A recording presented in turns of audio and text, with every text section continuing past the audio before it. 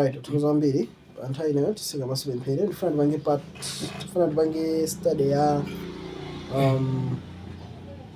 lamulo ere tipanga study ya lamulo kuti tchimo ndi chani so maso pemphere ambuye fa tukoza namba dera chifati mwatipasa mwayi wakulungatiwo kuti tikamve mawu ano anthawi ino tipempha kuti sisi musefe muliyankhulo safe mutikonzesera njira yoti tikathe kumvesesa tempha mzina Yesu Kristo amen. Right, tende ameni. Mateo. Tembo 1 Yohane. Kwambira 1 Yohane ngana kupita ku Mateo. 1 Yohane 3 verse 4.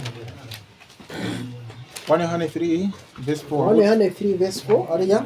Yesu kuchita tchimo achitanso kuseruzika ndipo tchimo ndilo kuseruzika. Okay, 1 Yohane 3 verse 4. Okay. 103 verse 4 uruza ifuno no. Amene akuchita tchimo achita yani? Seruzike. Tinoze nebe? Ndipo tchimo ndikuti yani? Kusazika. Manjira ena tikuona mana no tikalinga chizwa no. Amene akuchita tchimo uswa yani? Lamule. Kwati tchimo ndikuswa yani? Lamulo. Mawa kumapeto kuti no kuswa lamulo chichana amasuda muno bwino. Adali kusegani? Seruzike. Of which tikaona mu original Greek akamba za anomia. Ere? So, tchimo ndikusarani kuseruzika. Munthu amene alisala osaweruzika masaso yani? Malamule. So anyways, nimafuna pange kodi verse ifana na anthu amene no definition ya sin tchimo okha ndikuswa yani? Malamule. So it's just one verse imene anthu amanga quote. Pano tinawerenga verse inene na Roma. Roma chapter 14. Verse 14 verse 23. Tchimo ndi chani? So tanale tchimo wani ndikusala mule. Tchimo ndikusaweruzika. Azowerenga kunoko. Yeah, verse 23 akuti koma iye amene akayikakayika pakudya asusika chifukwa akudya wopanda chikhulupiriro ndipo chinthu chilichonse chosatuluka mchikhulupiriro ndicho chimo. Wanjirena tchimo tinganene ndi yani mene baba? Munthu amene akuchita zinthu mopanda chikhulupiriro ere ayira yani chimwe tinoze nebe. So tchimo ndikuphwanya mwa Mulungu wanu komano zimene ziyokera kuti pochita zinthu mopanda yani chikhulupiriro. Okay, ndikupita tilipoze ne bobe. Alright, so kukamvesera kuti no tchimo ndi yani ndikakulu kwambiri m'Bible. Sikanangozama pamozi kuti no amene achita tchimo aswa malamulo pano nkhani no amene akuswa malamulo mwanjira ena amakhala kuchoka ku malo kuti alibe yani chikhulupiriro. Ndikupita tinoze nebe. Alright, tete tioneni kuti no Yesu Kristo amafurukoza za uchimo anafurukoza kuchana. Okay, tikamakamba za uchimo timakhala tukamba za chani pati nkhani imeneyi nkhani yofunika kwambiri mono tithawakamba za mimbiri komano nkhani yako ndiyo tinoti verses zimene Yesu Kristo anakamba za chochitika chimenechi. Matthew chapter 7. Verse Okay, Matthew chapter 7 tikamba za kabila yani la uchimo. Terenga verse 16 alija. Verse 16 kuti mudzawazindikira ndi zipatso zawo. Kodi atchera mphesa paminga kapena nkhuyu pa ntula? 17. Chomwecho mtengo wabwino uliwonse upasa zipatso zokoma koma mtengo wa mphuchi upasa zipatso zoyipa. 18. Okay, so apakoza fenono mtengo wabwino umapereka zipatso za chani? Mtengo woyipa umapereka zipatso zodani? Zoyipa. Okay, zipatso zikimira ya ntchito za munthu. Mtengo ukimira ya munthu ye. So mtengo woyipa umarulusa zinthu zodani? Zoyipa. Munthu woyipa amapanga zinthu zodani? Zoyipa. Munthu abwino amapanga zinthu zaya? Zabwino. Mwanjira ena ife timakhulupirira nthawi zambiri nawo no. Okay, ndikufuna ndikhale munthu abwino. Choyambira chimene ndimafuna kupanga ndiye kuti ya nemu kuchita zinthu za chani? Kuti ndikhale munthu achani? Komano tikaona Bible imene ilifotokozera kuti uzayifuna kuno ngati munthu ali woyipa sangachite chinense kuti akakhale wachani? Wabwino. Tikumvana ene bobe? Pali clear kwambiri. Chipatso ndi chimene chimabwera after yani mtengwe chimambira ndi mtengo kana yani chipaso zikumira yani ntchito zakwe mwanjinena ntchito za munthu sizikumsintha munthu zimayesa kunenabe orayesesa kusunga malamulo motani ntchito zako sizikupangisa ukhale utani oyera ukhaleka oyera nawo ngati tikuyambira ndi ntchito kuti tikapange mtengo tikuyambira ndi chipaso tikapange mtengo eti ngati tikupanga weke ndi tikunano ntchito zathu zitatipangisa ife tikhale anthu otani oyera eti kumenesa kuti ayi ni mtengo wabwino umene wapanga zipaso zachani zabwino mwanjira ina iwe ukhaleka iwe bwino osanawe china chilichonse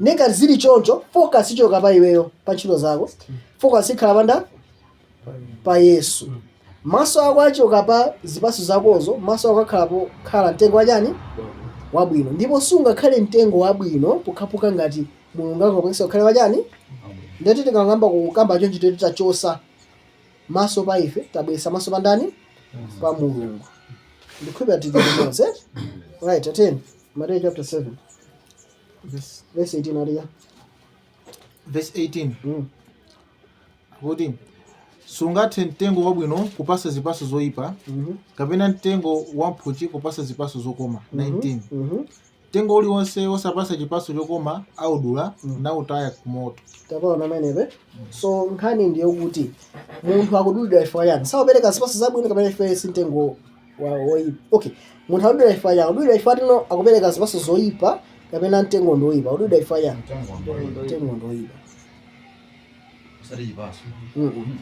chipaso njepa ifa mtengo ndoyipa akupita kuti the root cause chimene chikuyambisa chimene chikumpangisa munthu akatayike chikuyambisa chimene chikumpangisa munthu akatani akatayike ndikhulupira kuti sindikamba chinthu chachilendo ape ndikukamba zimene Yesu Khristu akutani akufuna Yesu Khristu amakufuruza straight forward mtengo wabwino zipaso zachani mtengo woyipa upita kuti kuchiwonongeko mtengo wabwino ndeti sikupita kuti kuchiwonongeko ngati zili choncho ndiyoti maso athu sakhala pa ife ndi zimene tingachite maso athu akhala pa ndani pa mulungu ndi zimene angatichitire ndani foti tikamuyang'anisisa iyeyo mulunguyo atipase moyo wake atipase mzimu wake ndiyoti mwanjira ine zipaso tikhala anthu abwino ndiyoti chita zinthu zabwino zikhala zinthu zotani zovuta mwana focus ya anthu ambiri imakhala nakuno afuna akachite chani zabwino nengati focus ile kuti ndikachite zabwino ndiyoti maso saliso pa mulungu ali pa ntchito za ndani zathu taona doki yabwino talava machimo athu tabwera kwa mulungu komabe ngati talava machimo athu tabwera kwa mulungu focus athu ili pachani pa zipasobe kumona wapesa kuti no maso athu nthawi zosakhala kuyang'anisisa pa ndani pa mulungu yekhala amene angatipangise ife tikhala anthu achani abwino 10 Matthew chapter 12 fikapo yes Matthew chapter 12 verse yake ya 33 so mtengo ukuyimira yani Matthew 12 verse 33 yani 33 ukakoma mtengo chipaso chake chomwe chikoma ukayipa mtengo chipaso chake chomwe chiyipa pakuti ndi chipaso chake mtengo udziwika mwana menepe chipaso chabwino chicheka mtengo wacha mtengo wangati wayipa zipaso zadani zayipa ngati munthu akatayika ifade yenu munthu otani woyipa ndi munthu oyipa manga zotani zoyipa okay so kuzera muzipaso zotha zatino uyuyu ndi abwino kapena ndi wachani oyipa okay listen 34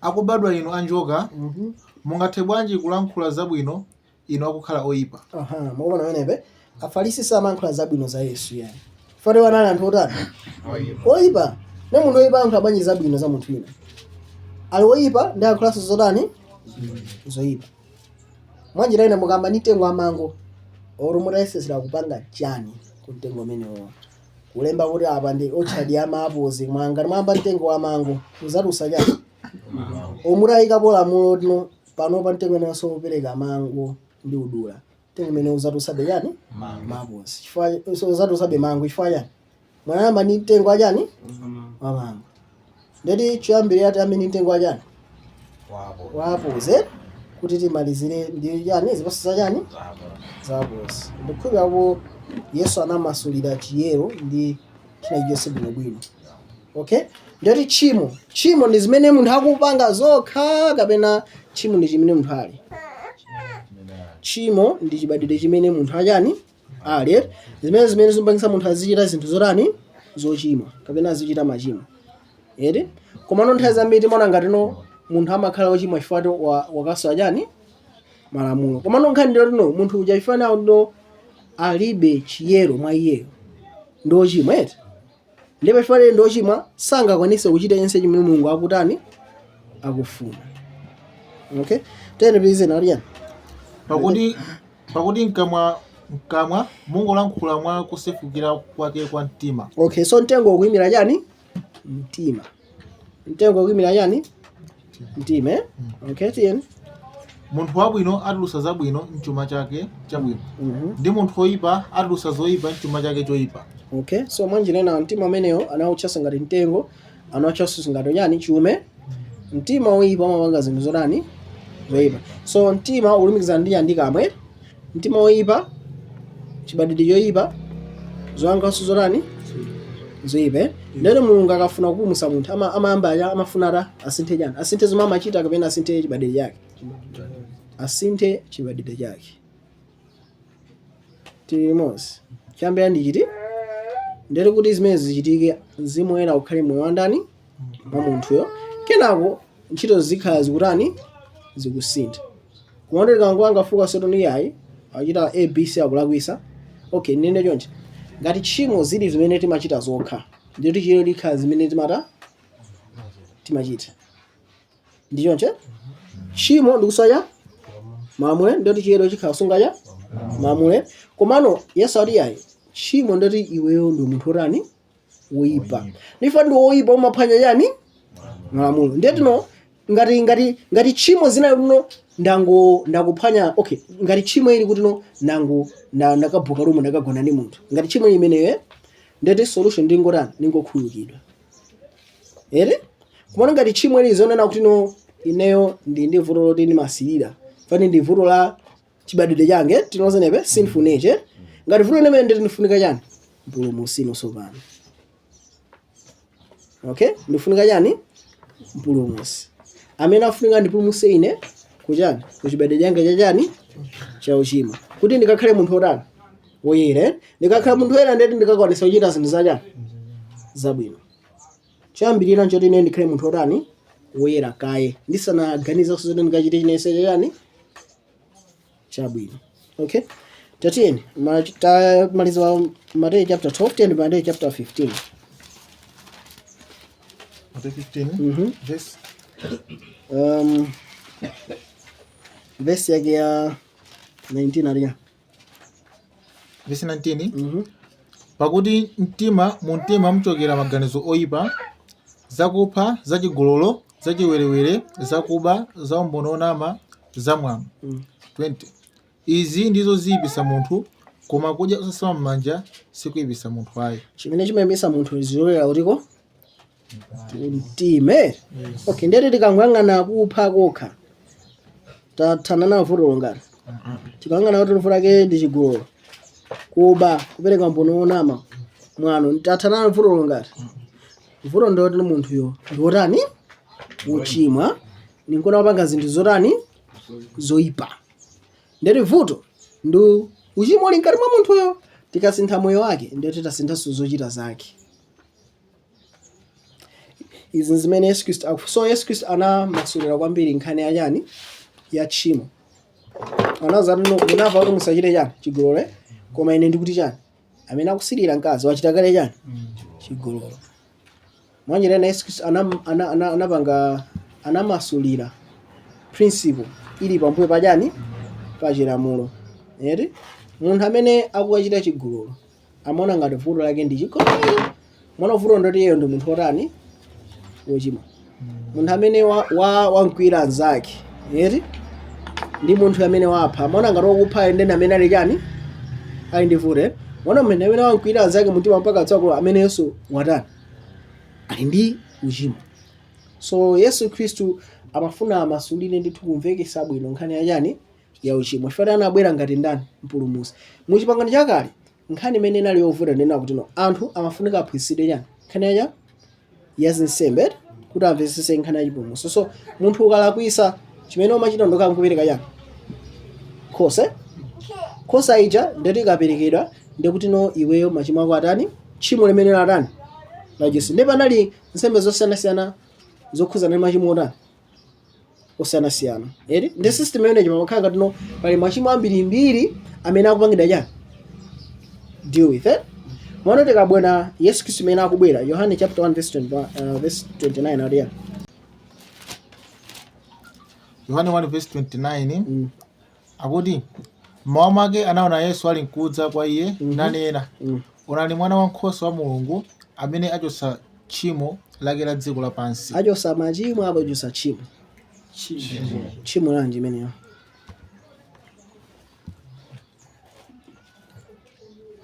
Yesu tchimo lanji.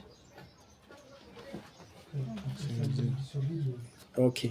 Ngana ndo okay tikamangamba za sin tchimo limene akulichosa pa Yesu Khristu tonaona kuno tikamapita ku ndi nkhani ya the sinful nature. So tikamaona nkhani ya uchimo weni umene tikufotokoza hapa ndi khalidwe la uchimo limene likali mwandani mwa munthu. Okay, zimene zimachitika munthu akakhale nondolekana nendadi ndi Mulungu. Okay, ndiye mu state imeneyo munthu amakwanisa kuchita chinese chili choyerani choipa. Ndi tchimo limene ndimene Yesu Khristu akufuna rani achose. Tate ndipite Yohane chapter 8. Yohane itafika mo? Yeah. So anthu ankanati ifeyo ndifana Abraham ankakamba za mbirimbiri ndi Yesu Khristu anawuza chani. Verse 34 ya. Verse 34. Yesu anayankha iwo nati indetu ndinena kwa inu kuti yense wakuchita tchimo ali kapolo wa tchimolo. 35. Tapava pamenepe ali Yesu akuchita tchimo ali kapolo aja Tchimo. Mwanjira ina apa tchimo ndi chinthu manguchita chabe kapena akufotoza kuti no tchimo ndi chani kapolo. Mwanjira ina tchimo ndi iwe ndiwe kapolo ajani wa tchimo pamene ndoti tchimo ili ngati ya mbuye. Okay, ndoti iwe ngati uli kapolo tchimo ndi yani ndi mbuye. Mwanjira ina Yesu Khristu amafuna avekese kothera ronatuno vuto la uchimo si zimene anthu akungochita zokha. Zimene ndi vuto inde koma zichokera malo ena. Malo ena ndi sinful nature. Okay, sinful nature. Alright, tupitirize. Okay, so tona nawo tuno tikapitiriza baba of which of course nimafuna ndikisinchita mauti carnal mind pepani carnal mind ene still ona kuti carnal mind ndi chani. Okay, tate ndipite tifikapo Roma chapter 8 temakamba za carnal mind. So vuto la anthu ndi malingaliro achani akugwa. Roma chapter 8 tafikapo. Yes. Verse yake ya 7 adiyani Akuti chifukwa chisamaliro cha thupi chidana ndi Mulungu pakuti sichigonja ku chilamulo cha Mulungu pakuti sichikhoza kutero. So tikamakamba za carnal mind imene mchichana maswali chisamaliro cha thupi chisamaliro cha thupi kana malingaliro akugwa amasana ndi chinese chimene Mulungu angata vuto lalikulu limene Yesu Khristu amaona ndiliti ndimeneno. So mwa munthu muli ndithu malingaliro achani akugwa. Malingaliro akugwa sangagwizane ndi chinese Mulungu angadani anganene sizingatheke yani. Ndi Yesu Khristu amafuna azachose malingaliro angadati azachose the carnal mind.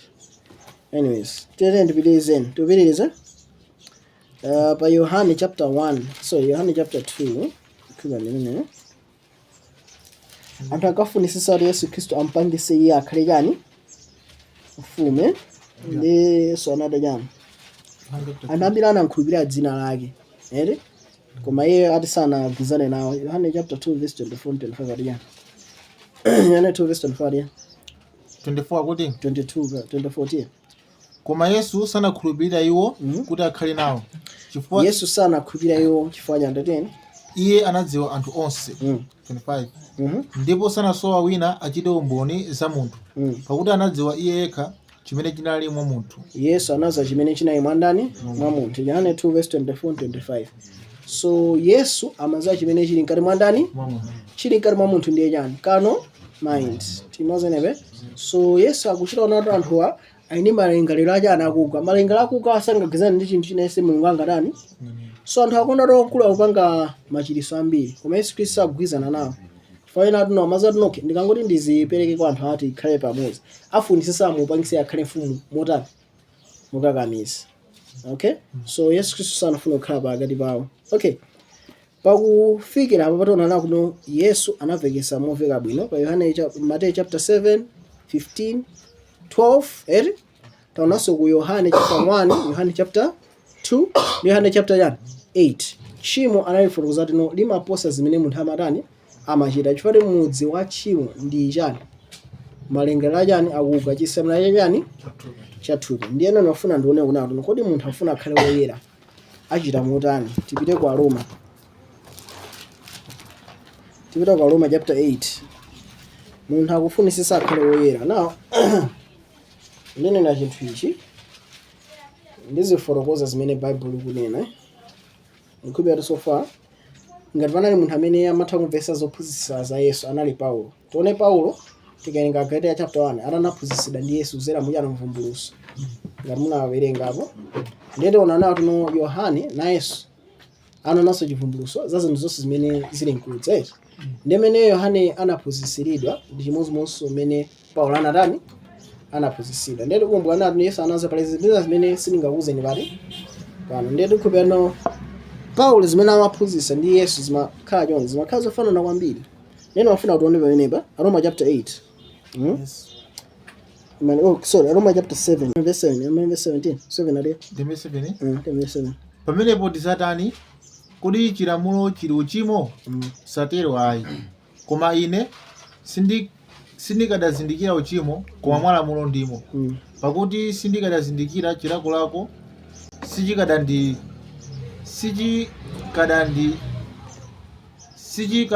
sichikadati chilamulo usasilire. Verse 8. Okay, tabana menembe. Now pali amati kuwerenga mambo mwambe akamati lamulo limati pangisa tiziwe chimo zimakamba Paulo apape. Koma no kuzoa umene wakamba pasi kumene tikukuvesesera. Ifate mana akuti no.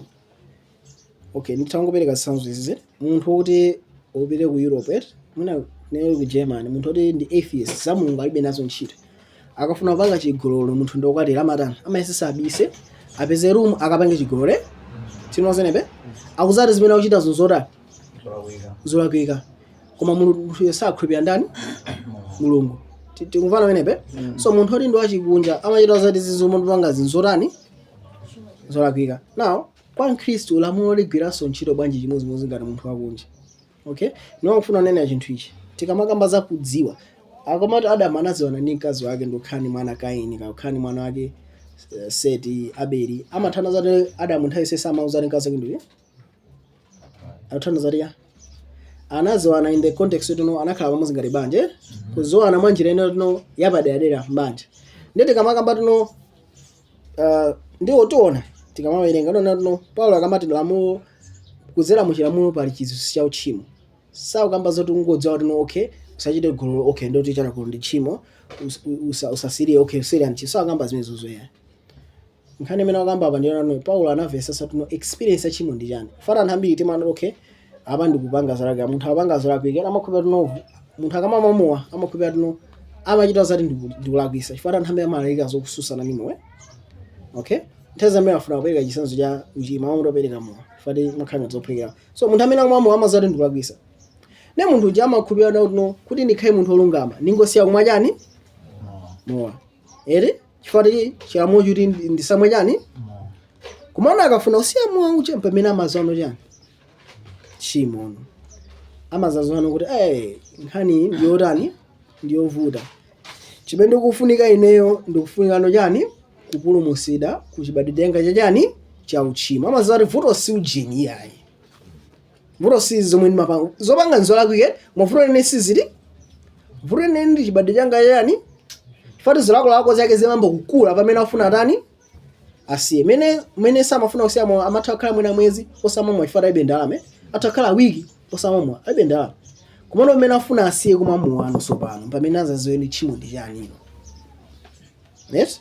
Ndiyete ntioneni tivesese uno akamati ndi sindakaziwa chimo kupatira kwa lamulo tionono amathanda chani Paulo akamafotokoza fati itiuza yokha Bible sizoti tionjeza china chilichonse. Okay, tete bizeni verse 8 again. Verse 8. Amana kuti Koma uchimo pamene unapeza chifukwa unachita mkati mwanga zilakolako zonse mwa lamulo. Pakuti popanda lamulo uchimo uli wakufa. Popanda lamulo uchimo uli wachani? Wakufa. Mwanjira ina tiona kuti no chimene chimapereka mphamvu kwa uchimo ndiye chani? Chilamulo. Pa chilamulo chilembedwa kuti cha anthu akazatiyo ndotani ochimwe ndikupereka chi verse ino teno wana Korinto tibwereraso kuwe tizingobwerabe uku kuti eno wana Korinto chapter 15 fikawo verse 56 ariya 1 Korinto 15 verse 56 akuti koma mbola ya imfa ndiye uchimo koma za mphamvu ya uchimo ndiyo chilamulo. Mukuona amenepe takaona amene zakuthandauze. Okay, munthu amene akufuna akhale woyera kuzera kuchita zabwino amazamvesa za mphamvu ya chani ya uchimo.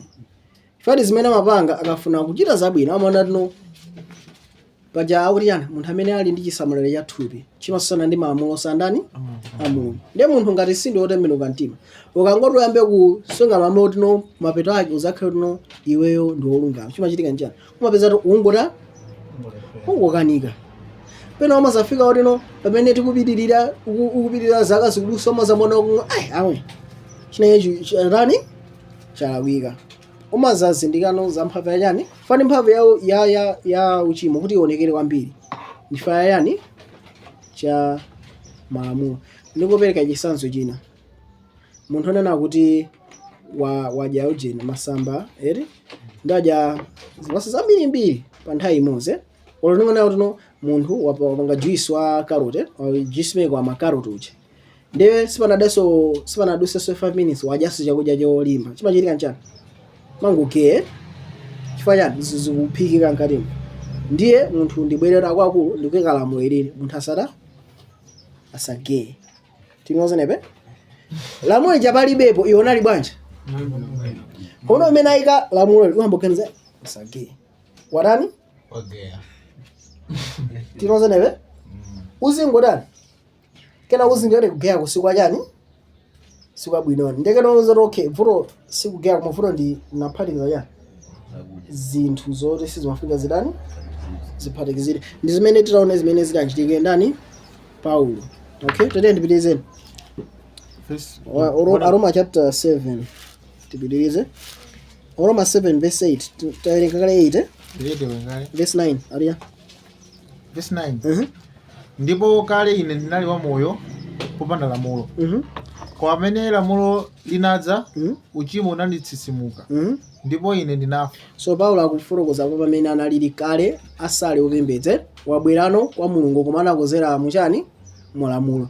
Tisayiona Paulo anali Pharisee tikumbukire ndipo Paulo akuzera mu system imene ijo akafikire kwa ndani kwa Mulungu. Okay, ndipo nthawi imene akupa kuti no usatano usasirire kungova kuti usasirire pamene no zopangisa tino malingaliro athupi acha atani azuke uchimo mwayo mutani ubuke no sopano tatene aliya verse 10 ndipo lamulo limene linalira kupasa moyo linalipeza la kupasa imfa kwa munthu amene ali otembenuka mtima tinozenepe kwa munthu oti sanadye tenene kuti no sanamwe juice wa carrot ndikudya nthawi imwe lamulo usage kwa ibe ya ibe futo nalilose tinozenepe kwa munthu amene ali mzimu wa Yesu Kristo lamulo libe futo nalilose komano Paulo ababa amafuna afike kwa Mulungu kuzera muchani mu ntchito zake pamene akuona kuti ababa lamulo limene likira kwa moyo kwa ine lasanuka kwa chani kwa ife tapiza nati chani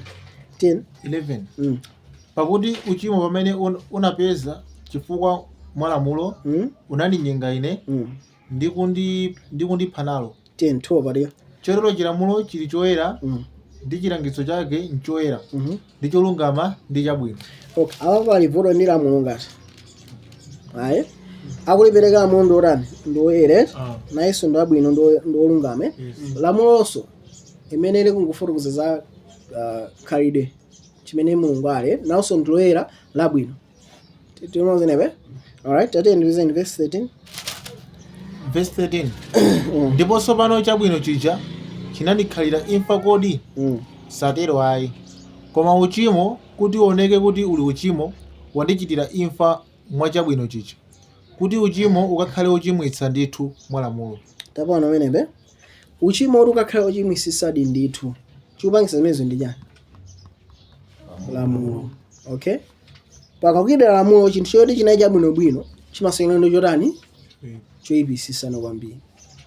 Okay, zili ngatana okay ndinene ndifunse nawo kodi mene ndavalira mu ndalakwisa ngati naye kumanditeka lamulo na kuti no munthu ngati ukupereka mamu kusivala tayi apa ndeti ndisikhala no munthu otani olakwisa kwambiri. Okay, tete tipeze nda kuti ya 14 pakuti tizwa kuti chilamulo chili cha uzimu koma ine ndili wathupi wogulitsidwa kapolo wa uchimo. Anatigulitsa ndani kuti tikhale kapolo wa uchimo? Kuzera mwa ndani? Adamu. Tikumvana wenepe? So kuti chilamulo ndi chachani? Cha uzimu. Koma ife ndife ndani? Akapolo. Mwanjira ina ngati tili akapolo ndife akapolo achani pacha? Chimo nonso pano. Okay, tipeze nda kuti chani? 15 pakuti chimene ndichita Paulo unapa panamba unovesano chimo ndi chani nonso pano. 10 verse 15 atia. Pakuti pa chimene ndichita sindichidziwa pakuti sindichita chimene ndifuna koma chimene ndidana nacho ndichita ichi. So akuti chimene akufuna achite sakuchitani, chimene afuna achite sakuchitani, koma chimene wadana nacho akuchitani akuchichita. Okay, now Paulo wabwera kwa Mulungu akufunisisa azichita chimene Mulungu akutani akumuuza. Mwana akatayesera kuchita chinthucho akuona kuti sizikutani pamene ofesera okay chilamulo chachani cha uzimu mwene ndino achani wathupi. Okay, tiyeni tize ndalo ya 16 koma ngati ndichita chimene sindichifuna ndivomerezana nacho chilamulo kuti chili chabwino. Ngapaona wenepe sakuti ine ndikamachita zinthu zosusana ndi lamulo ndichita zinthu zimene sizifuna ndikuvomereza ino chilamulo chachani chabwino. 10 17 ndipo tsopano si ine ndichita koma uchimo ukhalabe mkati mwanga ndiwo. So akuti siye amene akuchita zimenezo koma ndi uchimo ukhala mwandani. Mwanjira ina Paulo anavesa kuti no vuto si zimene yamata vuto nalija yeyo uchimo umene uli mkati mwanda umene tikutcha sore chani kano mind. Mwanjira ina Paulo anavesa no vuto la chimo sikungoti waphwanya lamulo kapena waswa malamulo aja nkhani ndi yoti iwe chibadide chako je chani cha thupi. Na munthu woti ndi wathupi akwanitisa bwanji kusunga chinthu chimenechi cha uzimu. So pamene Paulo anamba vesa kuti no chimo ndi chani. Okay, tinakamba zono Adamu anazo mkazi wake. Paulo awamba no vesa no kapena akuzono chimo ndi chani. Ngati Yesu Kristo anafotokozera Paulo safotokoza bwanji chimozimozi. 18 pakuti ndidziwa kuti mkati mwanga ndiko mthupi langa simukhala chinthu chabwino pakuti kufuna ndili nako koma kuchita chabwino sindikupeza. Atakufuna koma kuchita chabwino sakukutani ndakupesa kuti no mwa munthu mulibe chabwino bwa china chilichonse. Pa Yesu anati cha mtengo amene omabwesa cha zipatso zacha zabwino mtengo amene omabwesa zipatso zacha nene mafuna nena chinthu tikamakamba za Mulungu amene sikunaipo mamba tinaona mavesa ngapo nawo kuti tikamakamba za Mulungu tukamba za chikondi kinaoja bwino ndi chere tinaona mavesi timanena kuti okay anthu ambiri tikamakamba za Mulungu kapena kuti Mulungu ndinati mwana Mulungu amphamvu zonse nzone Mulungu nanzero zonse nzona komano ngati mphamvu zokukhala ndi mphamvu zonse zomangisa Mulungu akhale Mulungu ndetino ife ndi Lucifer amene ali close kapena ali chifufu ndi Mulungu ndi Lucifer posa ife ngati tigwisa ntchito mphamvu ngati scale. Okay, nene yonje Mulungu amasanyina yonse ndiye tikufuna tipange mark ya Mulungu mark ya Mulungu Mulungu amasanyina yonse. Therefore Mulungu chimene chimampangisa yasene ndi tonse ndikani ndikuziwa apo ngati mundivesese ndingofuna ndigwise ntchito omniscience yake yoziwa china chilichonse kuti tati tigwise chimene ngati scale yokuti no Mulungu tikamati Mulungu ndi chimene chichi ngati zili choncho ndiyete ndione munthu amaziwa zambiri posa angelo ngati amene ndi knowledge information ambiri munthu ndi angelo ndani angelo wamkulu angelo anaenda Lucifer. Now munthu ndi Lucifer amene aziwa zambiri ndani ndiyete tikayika pa scale ya Mulungu Lucifer fare amaziwa zambiri ali closer ndi Mulungu kuposa ndani ndiyete imeneyo si maki imene ikusiyanisa mulungu ndiya tinozenepe tikatenga mphamvu eti mulungu na mphamvu zonse ife ndangela mphamvu kwambiri nda angere ndiye tikayika mphamvu omnipotence pa scale tino ichinde chimene chimapangisa umulungu tino angelo aja ngakhale anagwa Lucifer na mphamvu posanda ife ndiye singakise ntchito mphamvu ngati make yachani ya umulungu tikumvana menepe now chimene chimasiyanisa mulungu ndi china chilichonse ndi chani pa Marko 10:17 munthu amasatire anabwera wina kuti ndichite chabwino chanji chimene ndikalowe ufumu achani ndi Yesu anaka ndi chani iweyo utani uzerani wabwino alipo mmodzi ndi ndani mwanjira ina tikamangamba za ubwino tikamba za chani za mulungu ngati ndingapeza ubwino pena aliwonse ndi titapeza ndani mulungu 148 tikuiziwa amaliya amene sakonda sazanda pakuti mulungu ndiye chani mwanjira ina mulungu ndi wachikondi umene umulungu tikamangamba za umulungu pa yekha kupanda china chonse chomuuza kuti mwakuti mulungu ndiye chani somebody got ina akamuuze ya no external forces mulungu wachikondi chimuso 15:4 auti chani kumwamba kamba za wombolera angela alikonga kuti pakuti inu mulungu wamphamvu yonse nokha ine ndiye otani oyera mwanjira ina tikamangamba za umulungu ndi quality yokhayo nature yokhayo kapena khaireni na mulungu ndiye chani chiyero ndete manena kuti mulungu pamene akulenga konse yeti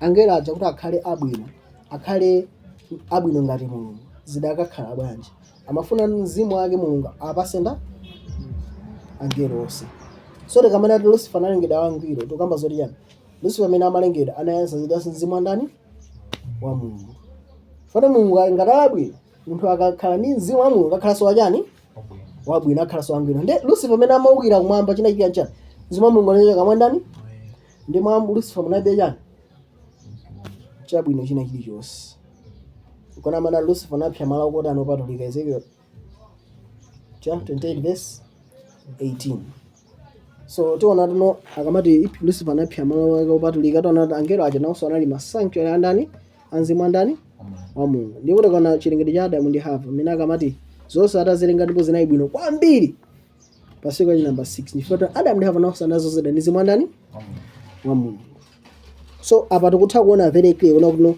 Paulo akuvomeza tuno mwa iye ali mwibe chabwino bwanji akutamvesa kuti effort ya munthu singamkwanise kuti akakhale munthu otani woyera effort sizingatani sizingatheke ya 29 kuti 19 ati ya 19 pakuti chabwino chimene ndichifuna sindichichita koma choyipa chimene sindichifuna chimenecho ndichichita tapana menepe so chabwino chimene amafuna achite sakuchitani kumano choyipa chimene akufuna asachita akuchitani verse 20 ati koma ngati ndichita chimene sindichifuna sindinenso amene ndichichita koma uchimo wokhalabe mkati mwanga ndiwo atomene zimene zuchitika apa ndi uchimo umene uli mkati mwandani mwa iyeyo uchimo umene ndi umene ukupanga ziti zimene zizi so agwirizana ni nani ndi Yesu tatiyeni 21 ndipo chotero now so far tona malamulo angati amoze malamulo andani a Mulungu ndipo Paulo aonesa tuno kuti akwanirise zimene zikutani zikukanika okay lero yani chiyero ndi chani chiyero ndi kukhala woyera ngati ndani Mulungu now tikamana tuno Paulo apa patona kuti amayisaise 1 2 3 ndikopereka chisanzo nthawi zambiri timaona kuti okay ngati nthawi imene sana verses ine makhopeta okay apapa ndiziyesa kukhala munthu otani woyera ambuye mundisinthe ine ndiona vuto ili ndipemphera cho ndene mkhopeta okay pali mavuto 100 amene ningakhale nawe ndi ndigonjese ili ndete ndikamagonyesa ndikudusa pa percent 5 10 15 chonche paka nzafika pangati 100 eti komano chiyero iziti kuti ndi quantity kapena ndi quality ndeti quality yake ndi 100% osati 5% nenga tukuyesa zikukanika ndoyera so ene kungati so Paulo akutchera kuti mwaine mulibe chani chabwino so far Paulo apapa maverse so akungokamba za malamulo angati 10 okay malamulo angati ndipo abweranso lamulo lina lachiwiri limene Paulo akutani atalifotokozera apapo. Tatiyeni aticha verse number 22. 21 ba Right. 21 10 Ndipo chotero ndipeza lamulo ili kuti pamene ndifuna chabwino choyipa chiliko. Pakuti monga mwa munthu wamkati mwanga ine ndikondwera ndi chilamulo cha Mulungu. Mabona ati ineyo malingaliro anga ndikondwera chilamulo cha ndani? Cha Mulungu. Koma chiwiri cha 10 23 Koma ndiona lamulo lina m'ziwalo zanga. Makaipo. So akuona kuti pali lamulo lina mu ziwalo za ndani? So apa tikubwana kuchera lamulo la chingati? La chiwiri. So mu chapter ichi muli malamulo angati? Awiri. Amuyitapeza. Lamulo la Mulungu ndi Paulo afuna atifotokozere za chilamulo la chingati? La chiwiri. Titiyeni 23 10 lili kulimbana ndi lamulo la mtima wanga ndi kundigonjetsa kapolo wa lamulo la m'ziwalo zanga. 24 So pali lamulo la m'ziwalo za ndani zanga. Tikaona mchizungu atino lamulo la yani la tchimo. So Paulo Yesu Kristo anakamba za mtengwe. Anakamba za mtengo za mtima. Ndi Paulo akuna kuti no. Chomwecho chimene Yesu anayi chakamba. Paulo achikamba tono lamulo la yani la tchimo. Okay? Kapena ati lamulo la yani la m'ziwalo zange. Ndifana kuti khalidwe la uchimo limene makhala mwa munthu akulitcha lamulo chifukwa chani. Okay, nene choncho. Lamulo la gravity tikulizwe. Lamulo la gravity limata ndikapanya ndi mwamba chitatu. Chigwe. Akulitcha lamulo chifukwa limagwira ntchito njira ingati.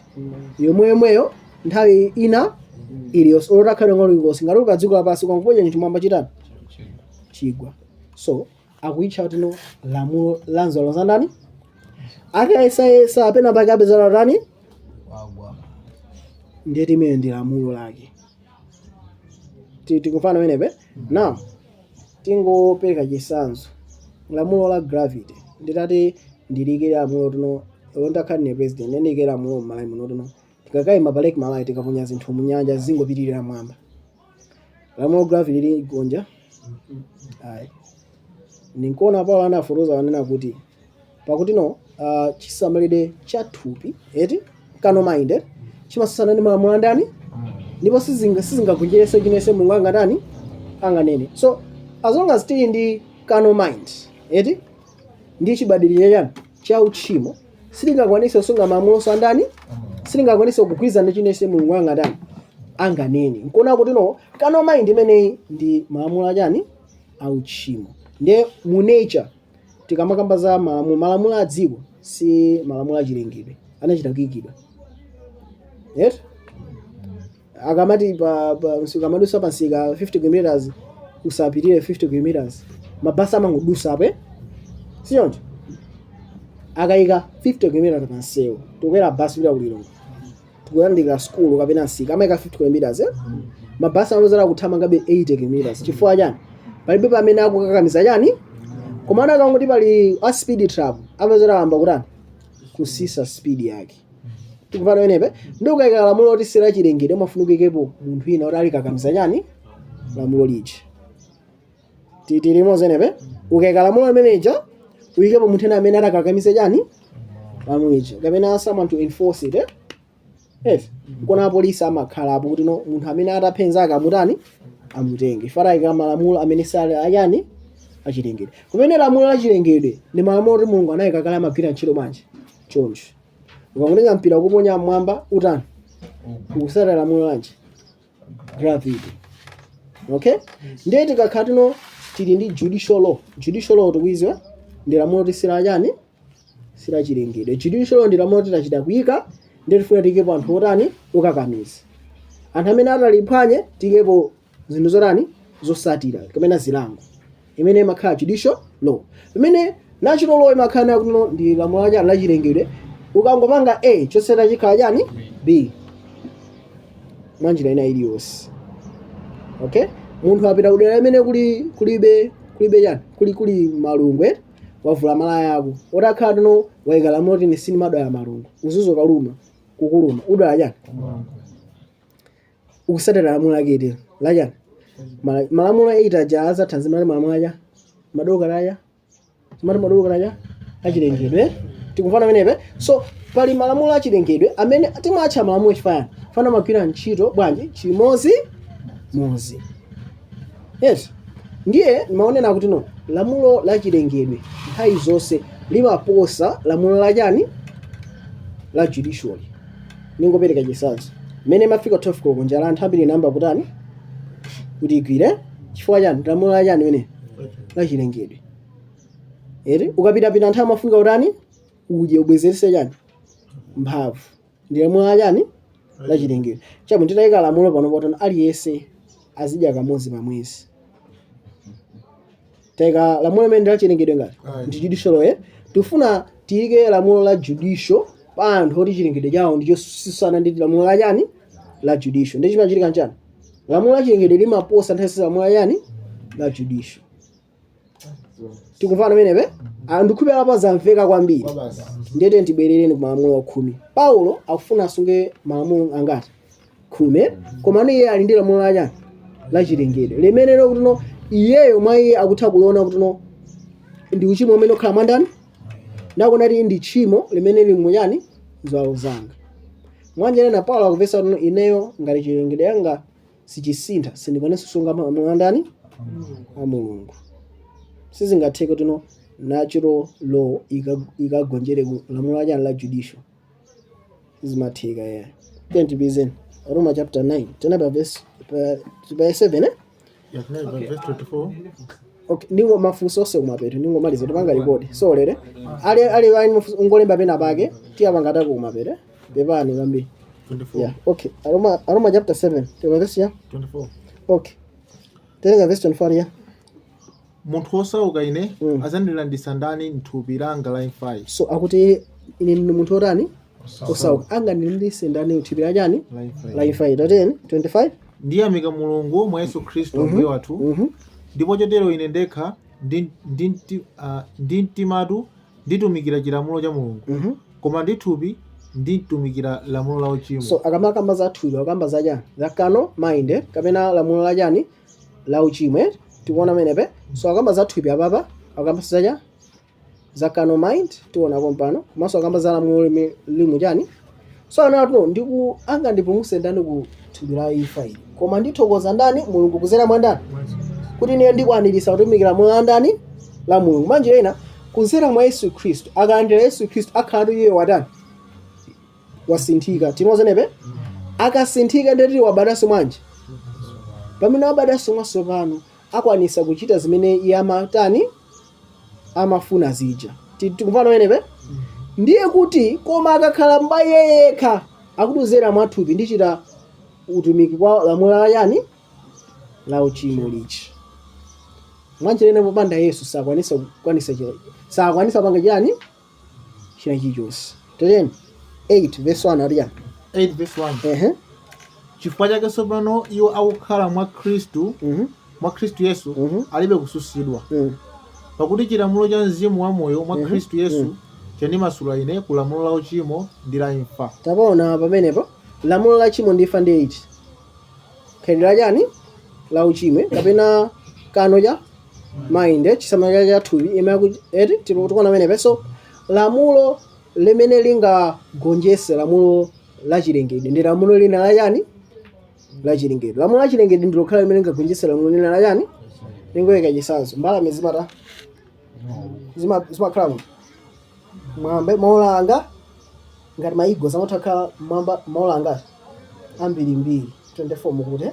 So igo chomba khanga chitakhala mwamba mola 24 chukwanisa bwanji pamene munthu sangakwanisa kukhala mwamba more than a minute payeke tinozenepe right zikutheka bwanji. Igo imasatira malamulo angati malamulo aja aerodynamics osati gravity ya imakhala ndi mapiko ndipo pali lamulo la chilengedwe imene kucheda ya aerodynamics. Ndati ngati ukufuna ugonjese lamulo la chilengedwe ukayendera lamulo lina la chilengedwe la mphamvu kuposa lamulo ili mwanjira ina ifeyo tiniti cha kano mind timafunika malingaliro ajani auzimu kapena tifunika spiritual mind. Tinozenepe spiritual mind imene tikhala nayo bwanji pamene tabadaso bwanji nasopano ndio tino center kapena tikamakamba za chiyero chathu amene adakhale pakati pa chiyero chathu ndi ndani?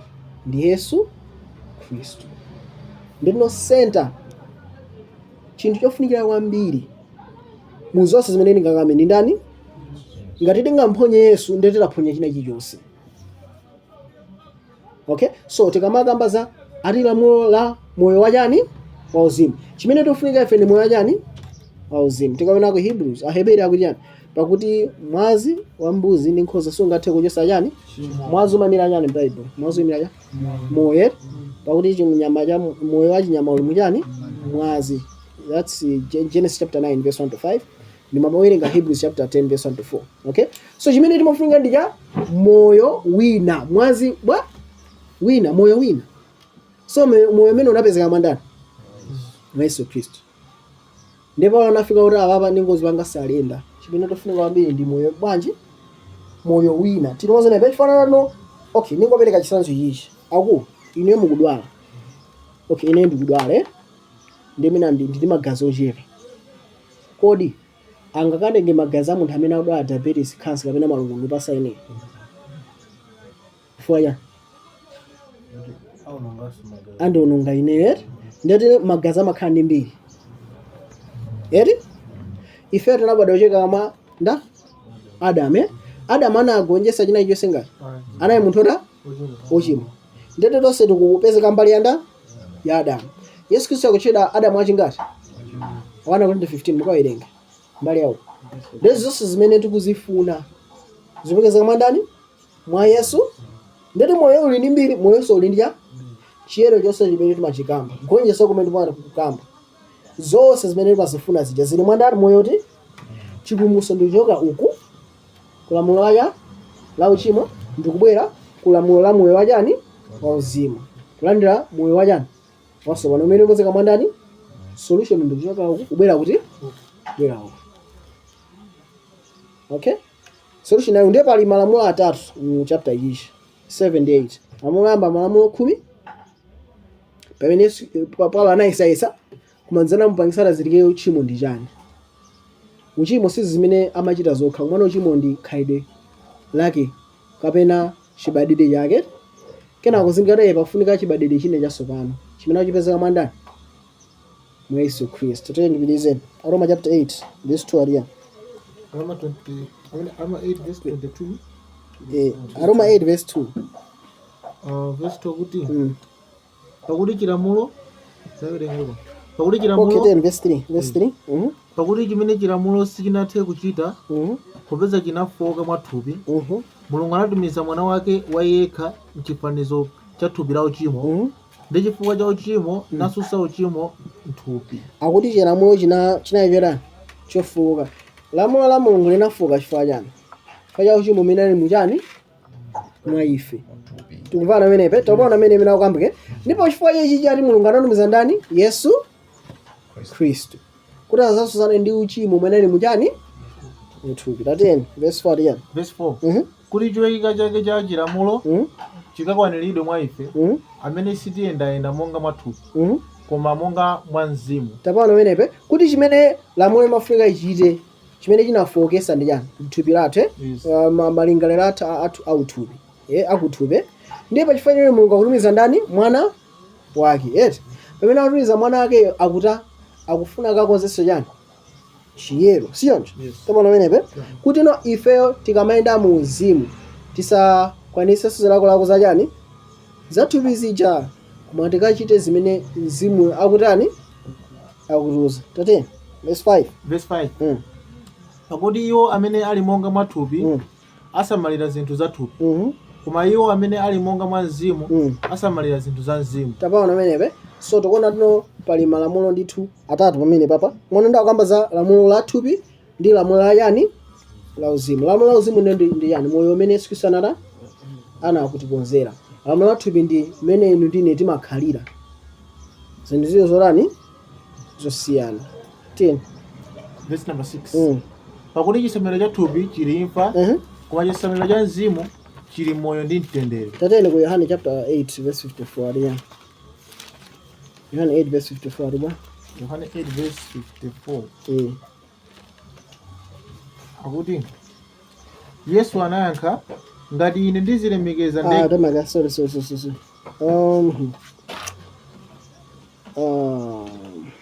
Okay, nimafuna verse jimene you have passed from death unto life. Yesu ankafotokozera ndi makosani naye. Ali pakwizo?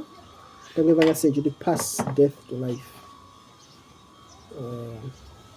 Okay,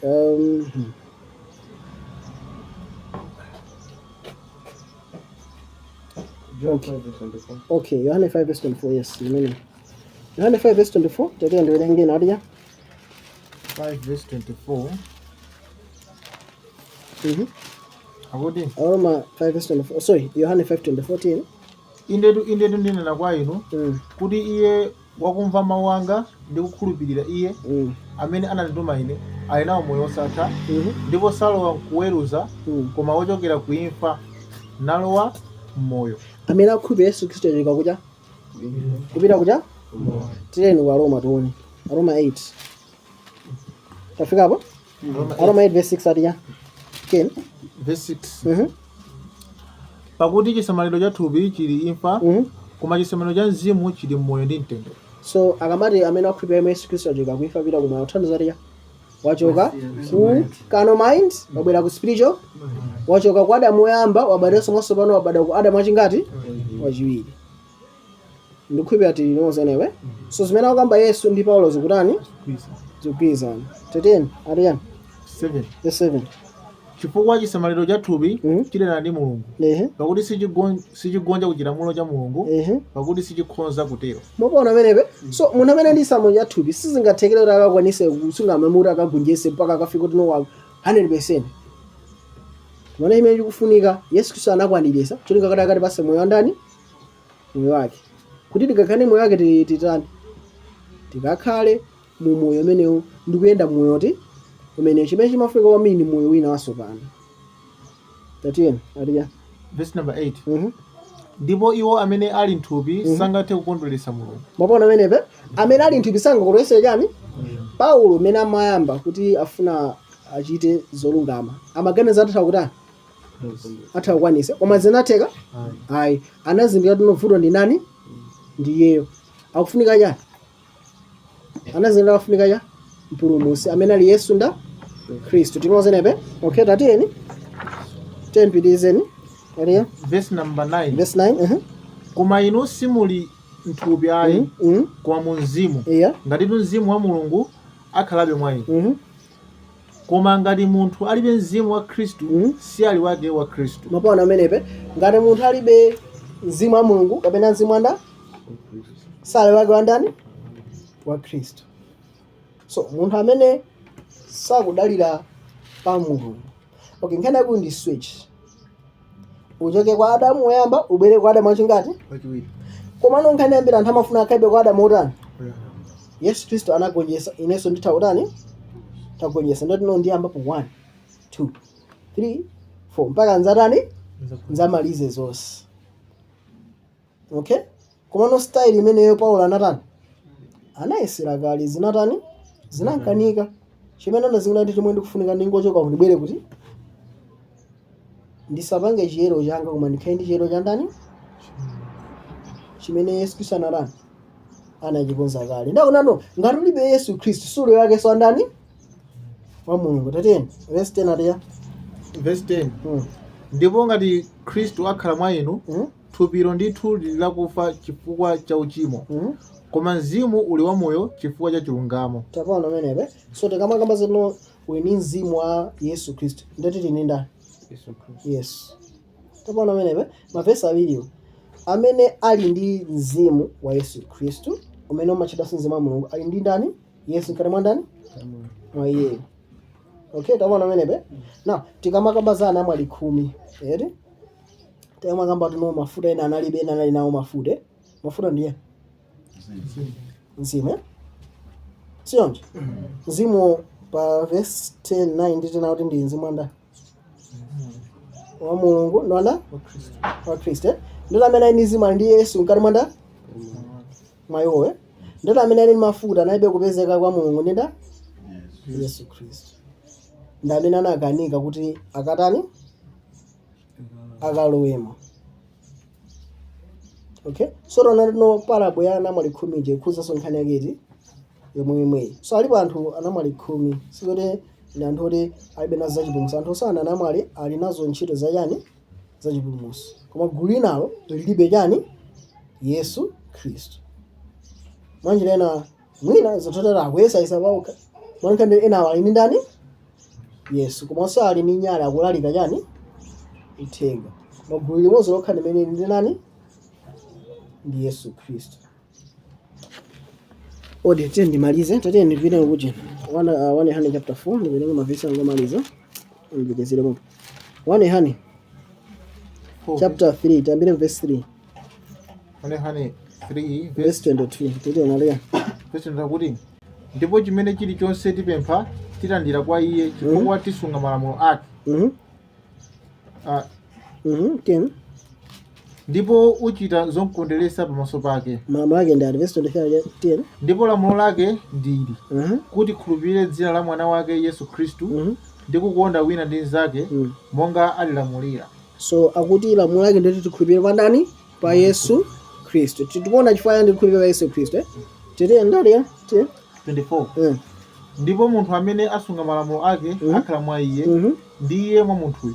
Okay. Ndipo mmenemo tizindikira kuti akhala mwa ife kuchokera mwa mzimu amene anatipatsa ife. So zera mwa mzimu amene anatipatsa. So tikamaka za mzimu ina tukamba za the presence of ndani of Christ tinozenebe. So akatipatsa moyo wake Yesuyo chichitika nchani chenera kuti no tikakhala ndi moyo wake ndatiti ndi zonse zimene anagonjetsa pa dziko lachani chero chonse chimene chili mwa iye chili mwa ndani moyo umene unaonekera mwa iye uliso mwa ndani ndipo chifukwa ili ni moyo wake ndi Yesu Khristu kale mwa ndani.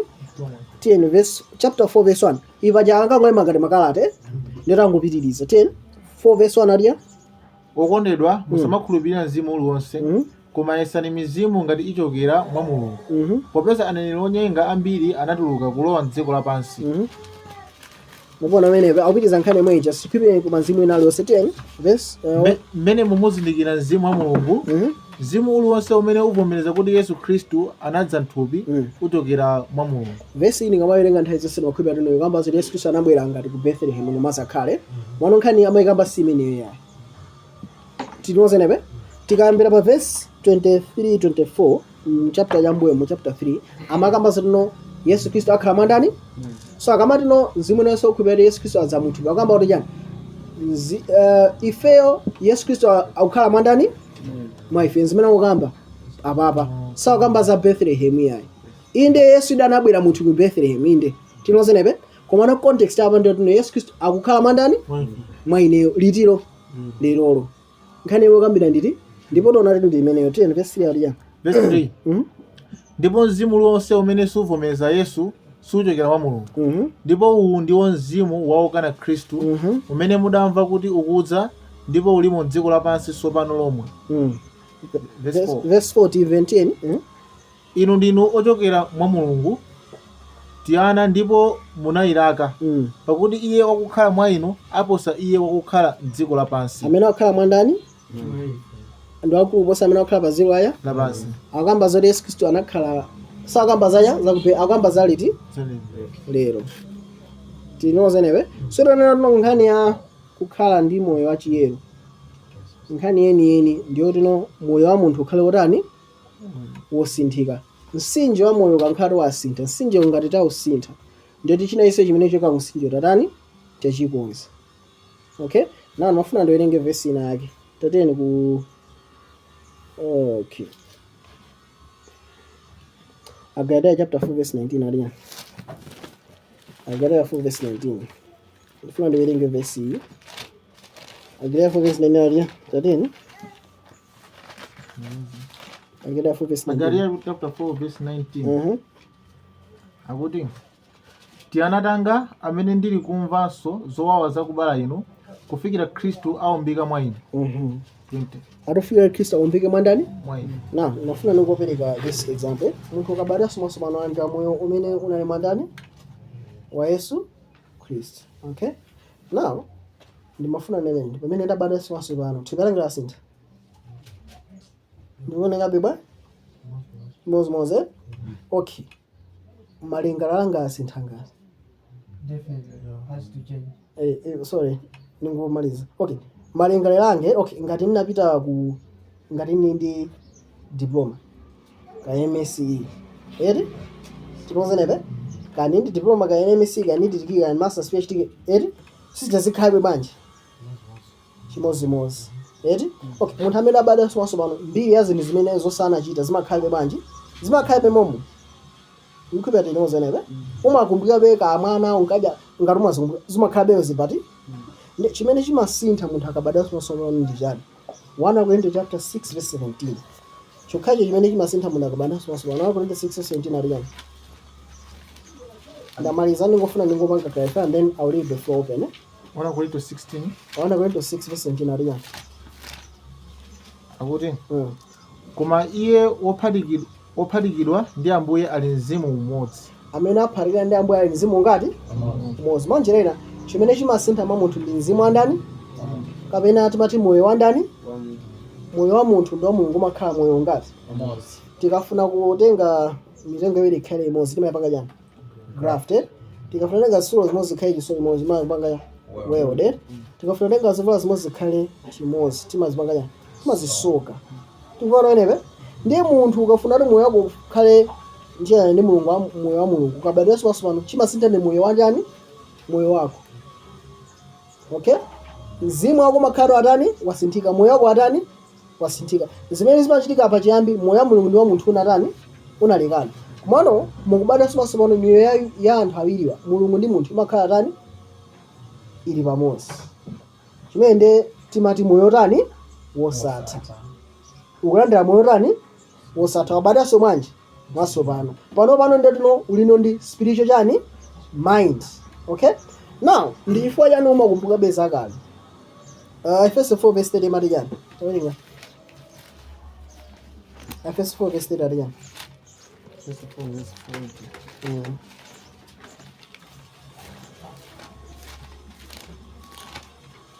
Efeso 4 verse 30 akuti ari akuti ndipo musamvese chisoni mzimu woyera wa Mulungu amene munasindikizidwa chizindikiro mwa iye kufikira tsiku la maomboledwe. Pa Yesu anati cha mtengo mwatu woipa tudule ukaponyedwa kuti umote chimene chayambisa tino iniyo mukhale mtengo wabwino ndi chani mtengo woipa umadwida kuponyedwa kuti umote ndi mtengo ukhale wabwino kuti usaponyedwe kuti kuti ukhale munthu wabwino ukhale ro abadwa bwanji. Okay, ndeti walandira mzimu wa ndani wa Mulungu ndeti chimene ndi chizindikiro kuti iweyo ndiwe wake wa ndani pajana kamba kwa Roma kuna kuti amene alibe mzimu wa Kristo sali wake wa ndani wa Kristo. So chizindikiro kwa inu ya Kristo kuti no munthu ndiye wa Kristo ndi mzimu wa ndani wa Mulungu. Ndikubya tinoza nawe ndero naona kuti no chimene chimasintha munthu akabadwa somaso ni moyo umene ali nawo. Pambe anabadwa ndi munthu Adamu woyamba pona ni moyo Adamu wachingati wachiwiri.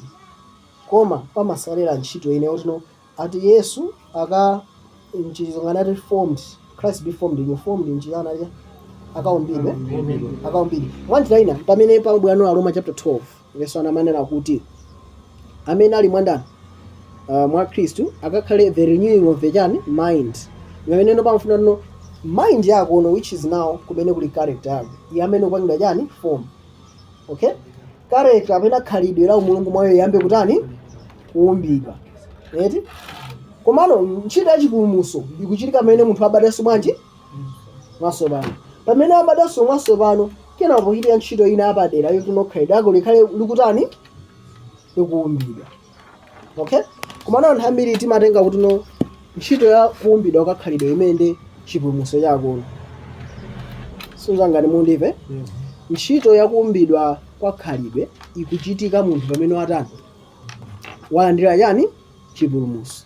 Kumafati ntchito zili ziwiri sinezipange study kwambiri tiwaona kuti anthu ambiri amene okay pamene ukufuna uzichita zabwino ndeti kana yako ndi character formation tinoze nebe timaitenga character formation ndi ntchito yani ya chipulumutso. Pamene tikaona mavesi amene talinga no munthu akapulumutsidwe kuti munthu iso akambe sopanga zabwino kapena character yake ikhale yosinthika akufunika poyambira andire chani chipulumutso aziye yenda monga mwanyani mwa mzimu. eri akakhala pansi pa mzimu ndoti zipatso zake zikhalanso zachani zabwino. Mtengo ukakhala wazalidwa umafunika kutani ukule, ukakula wambapereka chani zipatso. Munthu amene abadanso mwatsopano mawu a Mulungu sakuwaziwa, afunika ambe kuwerenga mawu andani a Mulungu kuti chikhulupiriro chake chikhale chikutani chikukula. Akhale akupemphera tikamano za sanctuary, tikapita ku sanctuary ningolowa mu sanctuary kunjaku kunali ngati thupi,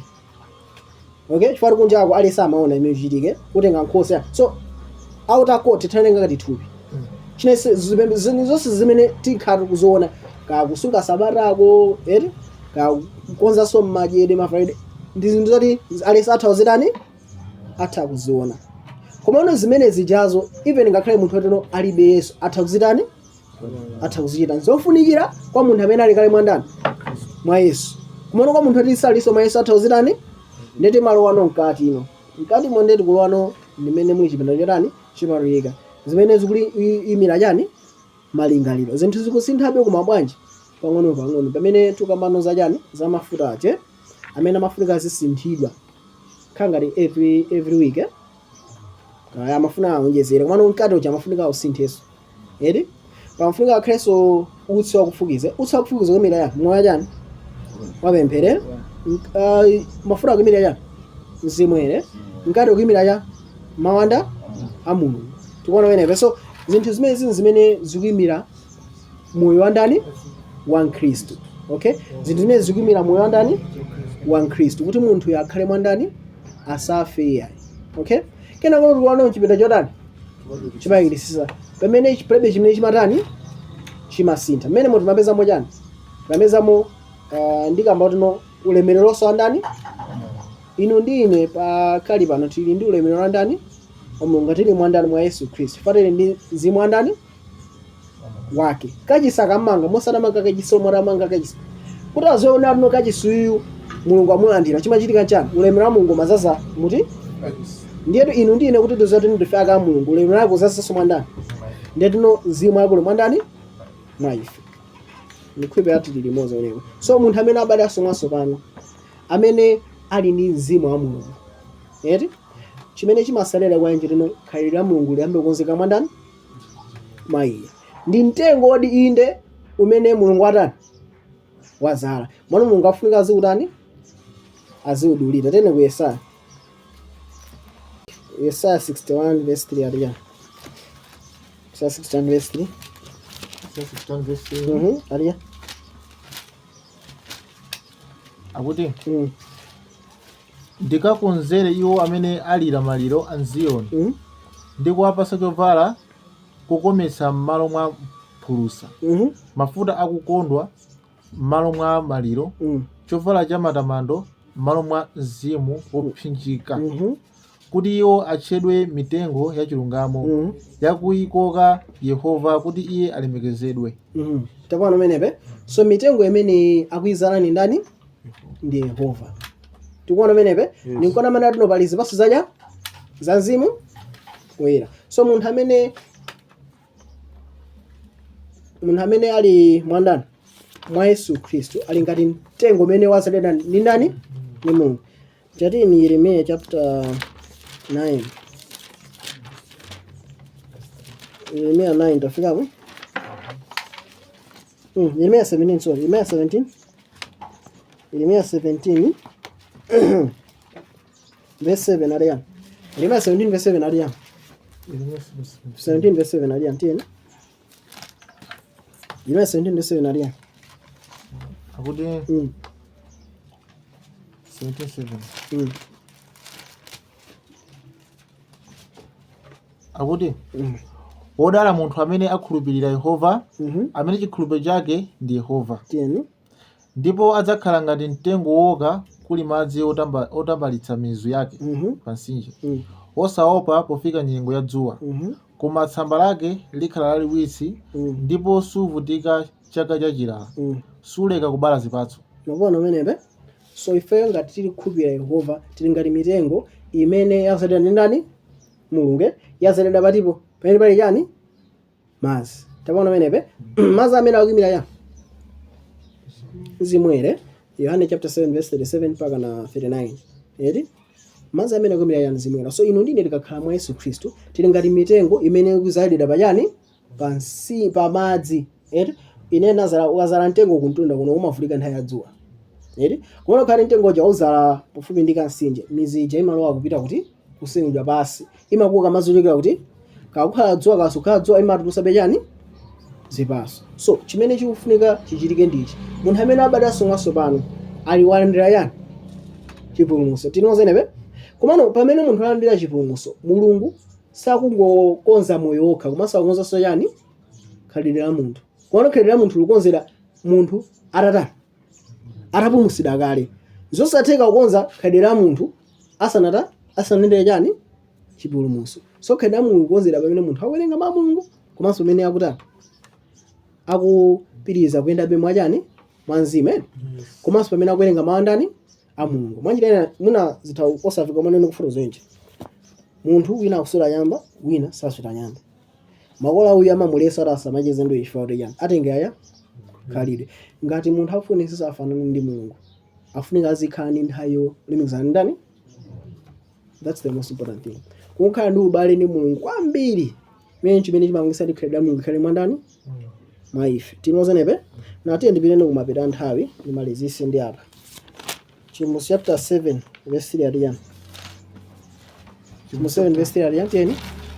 Chapter 7 verse 3 adiyani. Verse 3 akuti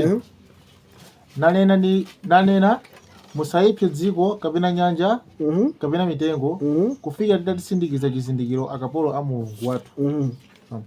So chizindikiro pa 144,000 zakhala payani tikapita 14 amati yani ndi dzina la Mulungu paya.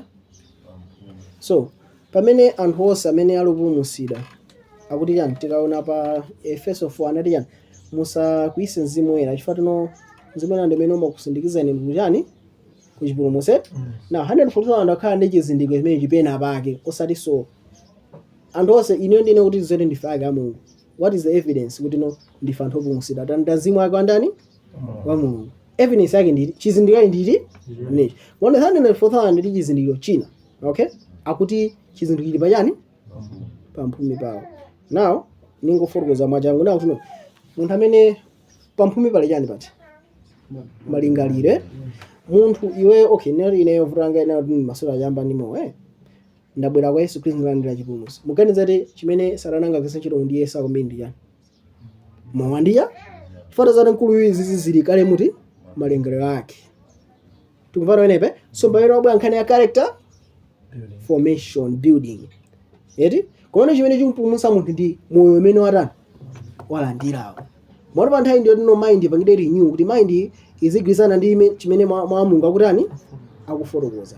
Ndipo mind malinga agwirizana ndi change imene yachitika moyo wandani kuzintha umene kwachitika moyo ndi malinga zikhale pangati pamodzi. So tos tikulimbika mu ntchito iti imene komano chichitika nchani tikaona kumapita nthawi Mulungu achita chisomo china chenena kuti no anthu amene ali kukhala pa nthawi imene Mulungu akwasindikiza chizindikiro pachani mwanjira ina nkhani ya tchimo ije siku wazatani wasokonezanso 144,000 asindikizika muchani mu mzimu komanso muchani muchionadi apanga seto intellectually komanso chani spiritually ndikhupe ati limozo ine bobo mwanjira ina ndotino ma memories amene ali nawo akale aja ose aja ili ngati no sakwakhuzaso